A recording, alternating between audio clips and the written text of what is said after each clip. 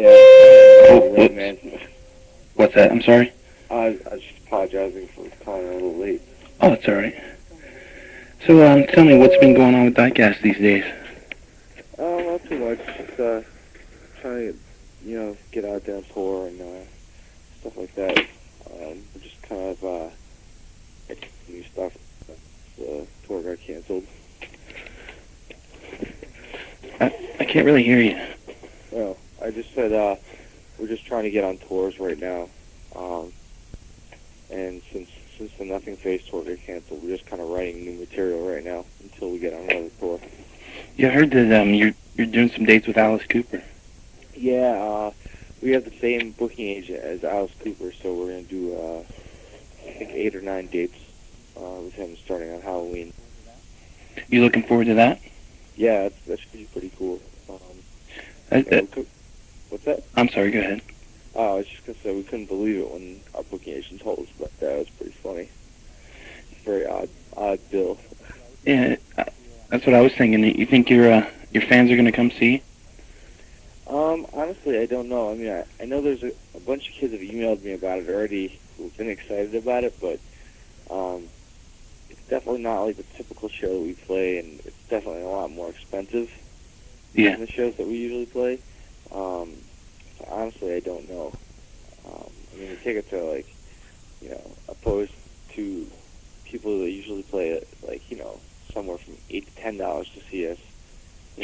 For this show, it's more like, $37 or something like that. So that's true. Plus, how many people that like Diecast like Alice Cooper, or even were alive when he was still. Yeah, exactly. But still, it should be some pretty good exposure, though. Oh yeah, definitely. It'll be fun, definitely. I mean, I don't know how well Alice Cooper fans are going to respond to our music, but whatever. We'll see how it goes. It couldn't hurt, anyway. So, yeah, definitely. I talked to Ant from E-Town Concrete in August, and he said that you and E-Town and Shia Lude were going to tour in October. What happened with that? Yeah, that was it was going to be us and Swarm, me and E-Town and Shia Lude, and I think what happened was Shia Lude didn't have a drummer at that point, and like they kind of kept pushing all their tours back because they couldn't find a permanent drummer. Mm-hmm. And Shia Lude ended up backing out on it, and then I forgot what happened. A couple clubs canceled, and then E-Town didn't want to do it or something when Shia Lude canceled. It was a lot of different reasons, but it just ended up falling apart. So we ended up just kind of scrapping the whole idea. And then when we got back from our summer tour, we got an offer from a new booking agent too that was considerably bigger than the one that we were on. So we kind of couldn't pass up that opportunity, so we had to switch booking agencies. Yeah. So who would you have you planned anything other than the Alice Cooper as far as anything solid? Not as of yet. We don't have anything solid booked right now. But we're still kind of waiting to hear from our booking agent to see what's going on. Hold on a second. I guess you with the Nothing Face being canceled, you kind of got caught at the last minute there. Yeah, we were pretty upset about that because we all kind of put hold on our lives for that tour. Like, it was supposed to be about a 3-month-long tour. Yeah. And we actually ordered like $5,000 worth of merch too for it and everything. And so we're kind of hoping that we get on another tour, so we sell that, because we're like $5,000 in debt right now. So goodness. That's pretty frustrating. But whatever. I guess shit happens. Nothing we can really do about it, except hopefully get on another tour. True. So you did, speaking of E-Town, didn't you just do that benefit show in New York? How was that? Oh, that was an awesome show. It was actually in New Jersey. Yeah, South End boy. Yep. that was probably the best New Jersey show we ever played. It was really good. I mean, I don't know. I think there was probably about 1,000 people there, and you know, we went on and like we got really good response. Kids went crazy, a lot of singing along, really good pit going for us, and it was just a good time. You know, we sold a lot of merchandise. I think, you know, I'm not sure how much of the proceeds went to charity, but I know that they raised a lot of money that night. So it was just an all-around good night. That's not the first benefit show that you've done by any means. You do a lot of those? Lately we have been, actually. On September 1st, we did, you know, our bass player, Jeremy, and a couple of our other friends, we put together like a big benefit show kind of in honor of our friend Davey, who passed away in November. And we actually had two friends pass away last November. And we've done benefit shows for both of them since. You know, and I mean, those benefit shows were just kind of like a given because those were two of our best friends, and you know, their funerals cost a lot of money, and we also were trying to start scholarships in their names at their respective schools, and it takes a lot of money. So but you know, I mean, we don't really mind doing benefit shows as long as the cause is something that we believe in. You know, and it doesn't cost us a lot of money to do it, you know. Yeah. I just wonder if that's something that, well, I know those that you were personally related to, or is that something that you call and say you want to be involved in that, or they call you? For which show? Just in general, really. I mean, I know the ones that you put together because of, you know, they were your friends, but as far as the other ones, is that something that, you know, you usually call them, or they call you? I guess usually they just call us. I guess. I mean, if I had known it was a benefit show, I probably would have asked anyway. But the guy who booked it, Heath in New Jersey, he just asked us to play it because it was actually originally it wasn't a benefit show. Originally, it was a show that got booked, and I guess there was some kind of riot or something the first time, and E-Town didn't get to play or something, and a bunch of them got arrested. I don't really know the whole story, but this was kind of like the rescheduled. Yeah, show I think they just shut that down because so many people, the cops and fire marshals shut it down, and just the sheer volume of people, mainly more than trouble, I think.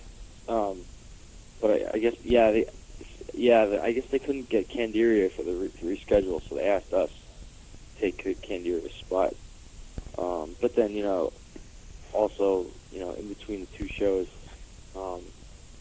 the terrorist attack happened, so it just kind of became a benefit show because they knew it was going to do well, and you know, because New York is so close to the club, and a lot of people were affected that were in the area, so they just decided to make it into a benefit show.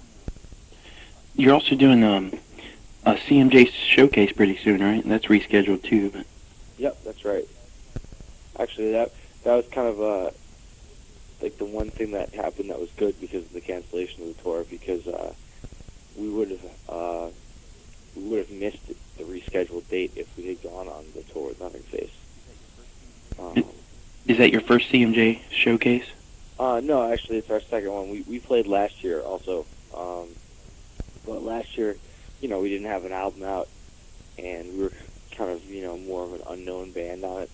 So this year, I think it'll probably be a lot better. Plus, this year, it's got Dillinger Escape playing on it also, so I think it'll draw a lot more kids this year. Well, since you brought that up, I saw on their website where it says the search is over, and I know that they originally planned to have that Sean Ingram, you know, from Coalesce scene. So, you know about, is that the guy you're going to go with? I really don't know. I mean, I know who's singing at the CMGA show. Yeah. I don't know if he's the permanent singer. I know Sean Ingram's definitely singing for the CMGA show. I don't know if he's the actual permanent singer or not. The guy who actually runs our label manages Dillinger. I just haven't asked him. I probably could find out. I just haven't really talked to him about it. Oh well, I was just kind of wondering for my own personal taste. I saw them with Sean Ingram at Crazy Fest. It was pretty damn good. I kind of thought they might stick with that, but anyway, Yeah, so they might be. I just don't really know. I haven't asked him actually. yeah. So you say you've been writing new material. How's that been going? What have you got done so far? It's been going pretty good. I think we probably have around 4 or 5 songs. I haven't really written any lyrics to them yet. Just been writing a lot of music. Trying to, I had a lot of ideas for music, and so did our guitarist John. So he and I have just been writing stuff at our apartments, and then bringing it to practice and kind of showing it to the band. So you, I'm sorry. Go ahead. I was just gonna say. I mean, sometimes I write the lyrics first, but lately I've just had a lot of ideas with the music. So, rather than try and fit lyrics over it, I wanted to kind of get it out first and show it to everybody and see how they felt about it. So you write songs like with an instrument? Yeah, I actually I've been playing guitar for like a really long time. Actually the way it was is I actually started not in this band, but I actually originally was just like a guitarist. And I just decided that I wanted to sing at some point because I think I would have more fun on stage doing it. And that ended up being the case because I really enjoy singing on stage because I get to, every show is really different. I can jump around and interact with the crowd and stuff like that. So it's just more fun for me. But I've actually been playing guitar for about 15 years. So, I've been doing it for a while. When I was in college, that's how I used to make my money. I used to teach guitar lessons out of my apartment. That's a good gig. It's almost odd you didn't get forced into the role of a guitar player, considering your band's history with guitar players. Yeah, well, that was actually tossed around a couple of times, but I adamantly kind of refused because I really didn't want to play guitar. I love playing guitar, but yeah. I really don't like playing metal guitar on stage because, a lot of times I think guitar players just do the same thing on stage. They have to play the same notes.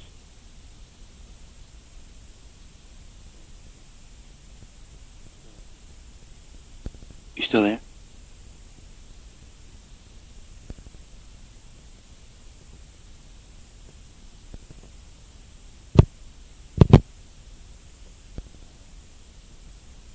Hello?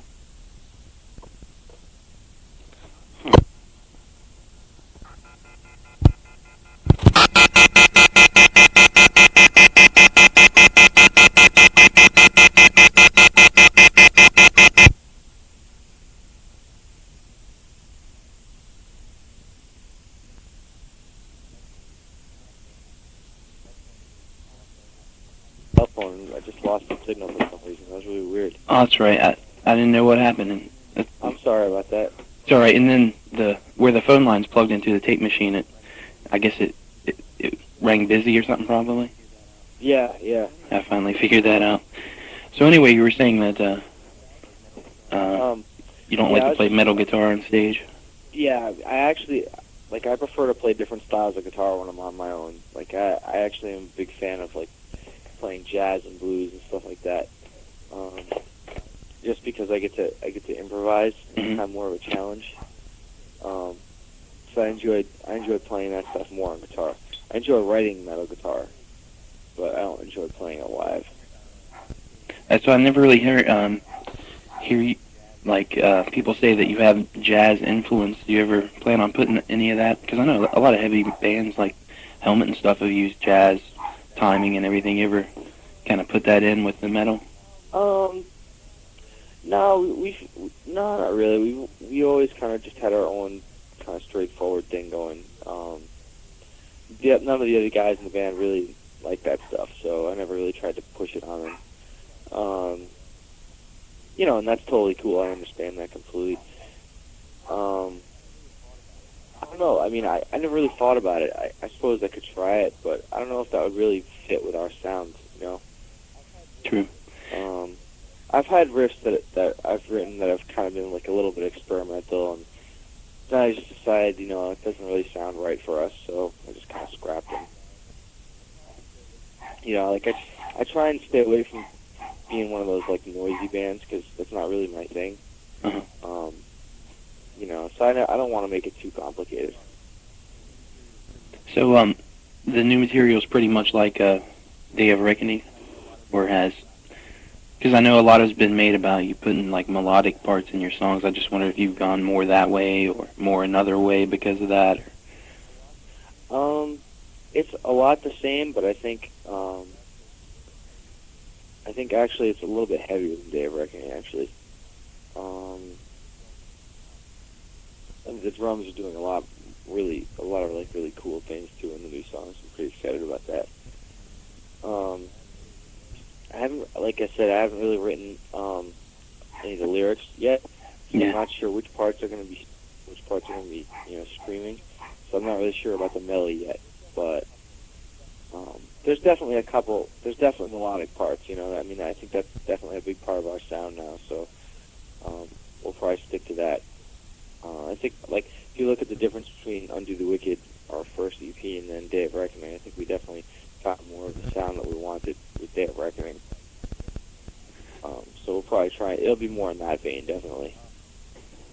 All right. Well, Day of Reckoning, it got good reviews all over the board. How's it doing as far as like sales? Oh, it's doing real well, actually. Still selling pretty well.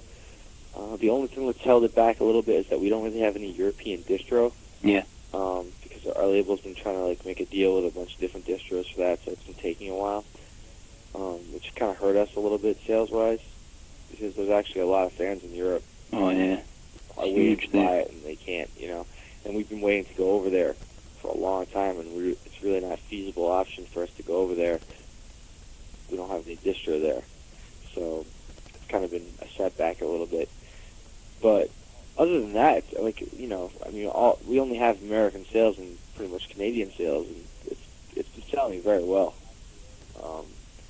It's actually already exceeded our expectations, and we haven't even gotten distro for the rest of the world yet, so we're pretty excited about it. It hasn't been out for too terribly long, just February, right? Actually March. Oh yeah, that's right. Yeah, it's been doing really well. We were pretty excited about it. You know, when it first came out, you know, we got really good response. We hit number one on CMJ for a bunch of weeks, and you know, we never thought that would happen. Really excited about that, and you know, like a lot of radio stations were playing us. Got a lot of interviews and stuff. I was really excited about that because, you know, we've never actually gone through that before, so it was you know, exciting. So what kind of fans have been coming out to shows that maybe didn't used to? Actually, we get a lot of different kinds of fans. You know, we kind of came out of the hardcore scene, but that's not the only kind of fans that we draw. A lot of our typical shows now, we've gone on a bunch of death metal tours. You know, and we've gone out with hardcore bands. And actually, since our album came out, now we're drawing a lot of those kind of like new metal mainstream kids too. So it's kind of funny. We've got like 3 separate factions kind of in our crowd now when we play, which can be interesting sometimes, you know, because you got the hardcore kids and then you have like the new metal type kids and death metal kids all kind of thrown together. They're not used to that, so you know, it's pretty funny mix sometimes. But you know, we don't care who comes to our shows as long as everyone's having a good time, and you know, the more people that we can get to come into our music, then that's fine with us. You know, it doesn't really bother us what kind of people come to our shows. You think people make too much about the scenes and what you're supposed to sound like and categorizing you? I definitely do. I think that stuff really hurts musicians and music in general, because if you think about it, you know, heavy music is heavy music, and if it's good, it's good. If you like it, then great, go to the show. Don't go to it because the band's called hardcore or the band's called metal, because then you're just limiting stuff that you can like, and also you're limiting how good the shows can be. I mean, just imagine if there was any stupid labeling and, people just went to all the band shows just because they liked them, and you combined all those different kinds of metal scenes and hardcore scenes. The shows would be huge. It'd be a lot more fun in general for everybody, I think. So it's a shame that that kind of that whole labeling thing is a factor and gets in the way of that. So you don't take any of that to heart, as far as when it comes to influencing your songwriting, or? I try not to. I mean, we try to make everybody happy when we write our songs, including ourselves, and hopefully, everyone that likes our music before can appeal to our new music. But it's not gonna drive me crazy if we lose a couple fans. I mean, we just kind of write what we write, and hopefully, everybody likes it. All right. Well, as far as your label, I know you said you're pretty happy with how it's gone. For the next album, is an independent release something that you want to do again? That's kind of up in the air right now. We'll probably end up putting our next album out on Now or Never again. Yeah. But we've definitely had a couple other labels also kind of sniffing around. So, we're not really sure what's going to happen at this point. But, we're just kind of taking it one day at a time. And Now or Never Records has been really good to us, and Matt has done a really good job. And, he's also, he's a friend of ours now, too. So, whatever happens, it's going to be something that we all do together. And, he'll be in on it no matter what happens, because, he's been a really good friend to our band. And Now or Never Records has done a lot more for us than a lot of other labels would have. We actually had bigger labels try to sign us before Now or Never signed us, but they just weren't into our music as much as Matt, and they weren't offering the same kind of things as Matt, like making us a priority at the label, and really backing us with a really good advertising campaign and stuff like that. So Matt's really done a good job, and we couldn't be happier with the job he's done. Excuse me. All right. So it's going to be a while though for the new album, probably at least next year, right? Yeah, probably. We might actually have the material done before the end of the year if we don't get on any tours. But I think we're probably going to wait a little bit until we record it, because we want to really push Day of Reckoning, as much as we can before we, start the next album cycle. Absolutely. Well, now that you've had a long time to listen to Day of Reckoning, what's your favorite songs on it? That's a tough one. I like different songs for different reasons. Like, some songs are just more fun to play live, and then other ones are just better for me to listen to. That's tough. I guess to listen to, I'd probably say I like Single the best, or Remember the Fallen. But live, I think I probably like In the Shadows or Disrepair the best.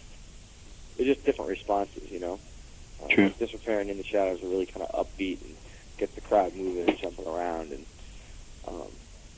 Singled Out, really gets the crowd singing along and stuff. So it's kind of fun to see the different kind of reactions you get. So what about 7 inches or videos or anything? You going to be doing anything like that? Well, actually, we probably won't ever do a 7-inch. If we were going to do that, we probably should have done it while we were, at the demo stage, but we just never did it.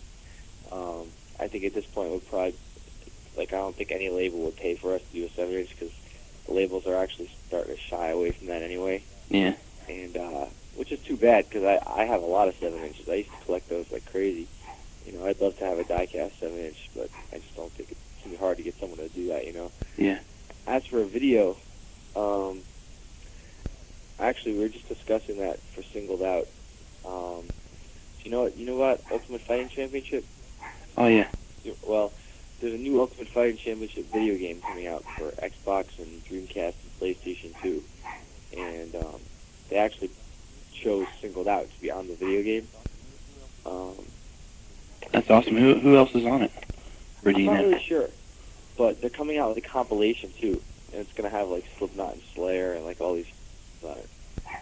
And our track is actually gonna be the first track on it, so we're pretty excited. All right. But like the video game has just been kind of delayed because Xbox hasn't come out yet, but it's gonna be out before Christmas definitely. So we're pretty excited about that. And, you know, Ultimate Fighting Championship is using our song and like their ads and everything, and you know, and Matt just convinced them the other day to give us, you know, a good amount of money to film a video for Singled Out, you know, in conjunction with Ultimate Fighting Championship. So probably what's going to happen is we're going to some kind of video of us live or something, and then it's going to have clips of like Ultimate Fighting Championship kind of in there too. And I'm not really sure what they're going to do with it. I don't really know if any radio station or music stations will play it because it might be a little bit too rough for TV. But you know, Ultimate Fighting Championship wants to do it, so we're down to do it. So that'll be exciting because we've never shot a video before. Yeah, maybe MTVX or something like that. They play a lot of stuff like that on there. You never know, you know. I'm not really holding my breath on it. I'm just excited to kind of have a video. You know, I've never done it before, but hey, if it gets played, I'll be pretty excited. So you guys still have like regular jobs? Some of us do. I actually got fired from my regular job a long time ago because, you know, as soon as Day of Reckoning came out, we started touring like crazy. And actually, Jeremy's gotten fired from his job. Kirk got fired from his job. John just never had a job. Let me see. John's a student. Oh, he was a student, so he didn't have a job. Let's see. Jason has just kind of had the same job he's had for 10 years, so like they won't fire him. Like he's friends with his boss, so like he can just take off whenever he wants. He's pretty lucky. You know, usually what I do when I come back is I'll just do temp work. You know, I'll go to a temping agency and, you know, just for a couple weeks in between tours, I'll work in an office or whatever. Our guitarist Kirk is a mechanic, so it's not too hard for him to find work. So he just walk into a garage and be like, "Listen, you need extra help for the next couple weeks." So he's pretty much set. I'm not really sure what John does. I think he just got a job at some porn store or something. I'm not really sure what that's about. You know, we all just kind of make do when we come home. You know, it's definitely been a lot tougher since we've been touring because we're not making that much money. But we're having a lot of fun, so it's okay. So obviously you want to do this for a long time. Yeah, I mean, if we can, we'd like to do this as a living because it's really what we enjoy doing. You know, if I can make music with Diecast and, you know, pay all my bills with it and have a little bit of money left over to, you know, do whatever, that'd be great. That'd be like the ideal for me. All right, so let me ask you this. Your album came out, Napster was still going strong, and now it's kind of not going strong. Have you seen any effect from that, or like more people heard it when it was going on, or? I don't really think so. I don't think it affected us that much. I mean, I know definitely Napster introduced our music to a bunch of people, but you know, there's still services on the internet kind of like Napster. You know, there's a lot of them. Like MP3.com actually has been doing really good for us. That's actually how we got onto the Ultimate Fighting Championship video game. The guy from Ultimate Fighting Championship was just surfing MP3.com one day and found us, you know, and was like, "This is perfect." Called us up, said, "We want your song for the video game." It's like a stroke of luck, you know. So I mean, our stuff is still all over the internet, even though Napster's not up there. So I don't think it's affected us too badly. Yeah, what's not on the internet is an update on your official website for like 6 months now. What's going on with that? Oh, yeah, we're kind of website illiterate. Our band kind of sucks that way. What we have is, you know, we had this kid design us a website a long time ago, and he kind of flaked out. So then we had this other guy that we know just kind of update it. Uh-huh. You know, he doesn't really redesign it; he just updates it. And sometimes it takes him a long time to even update it. So we're kind of in trouble with that right now. Like, if we could afford to get like a real website done, we would. But at this point right now, we're, barely eating, so it's kind of tough for us to get like a web designer. True, your label should make you one or something. What's that? I said your label should make you one. You need something like that. Oh, I definitely agree with you. We've been trying to get him to do that. He keeps saying he's going to do it, but then it just never happens. I don't know. We'll see what happens.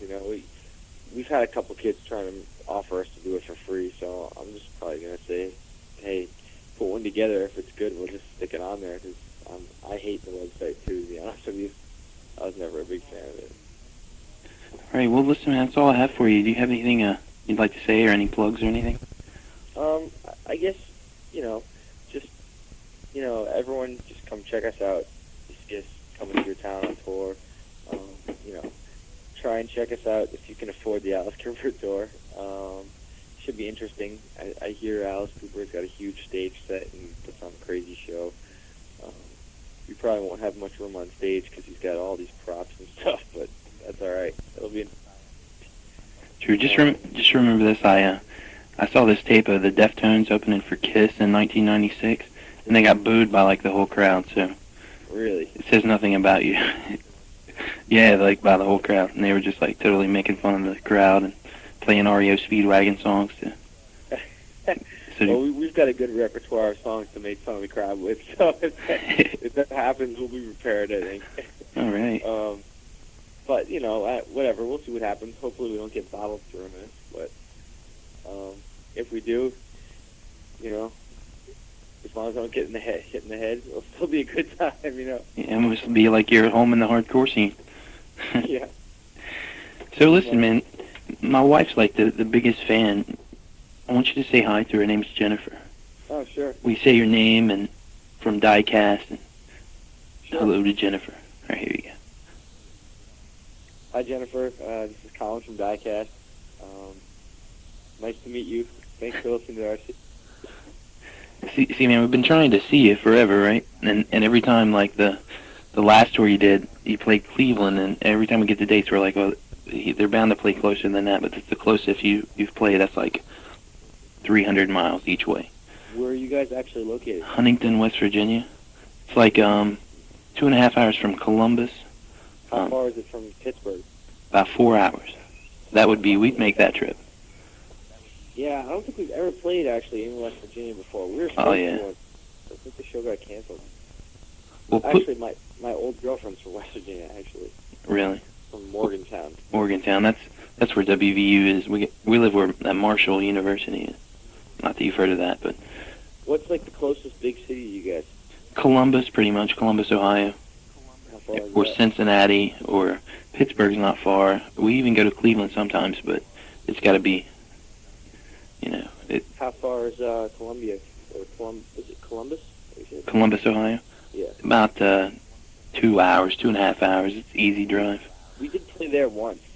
I think it was in March. Yeah, that was the one we missed. At Bernie's with Cold as Life. And, yep. And God forbid was on it, too. Yeah, that was unfortunate that we missed that one. But hopefully we'll get to see you sometime.